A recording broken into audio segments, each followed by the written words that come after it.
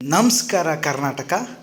ಜಿಲ್ಲಾ ನ್ಯಾಯಾಲಯ ಉತ್ತರ ಕನ್ನಡದಲ್ಲಿ ಆದೇಶ ಜಾರಿಕಾರರು 20 ಹುದ್ದೆಗಳು, ಬೆರಳಚ್ಚುಗಾರರು 3 ಹುದ್ದೆಗಳಿಗೂ, ಬೆರಳಚ್ಚು ನಕಲುಗಾರ 3 ಹುದ್ದೆಗಳಿಗಾಗಿ ಅರ್ಜಿಯನ್ನು ಆಹ್ವಾನ ಮಾಡಲಾಗಿದೆ. ಸಂಬಂಧಪಟ್ಟವರು ಗಮನಿಸಿ.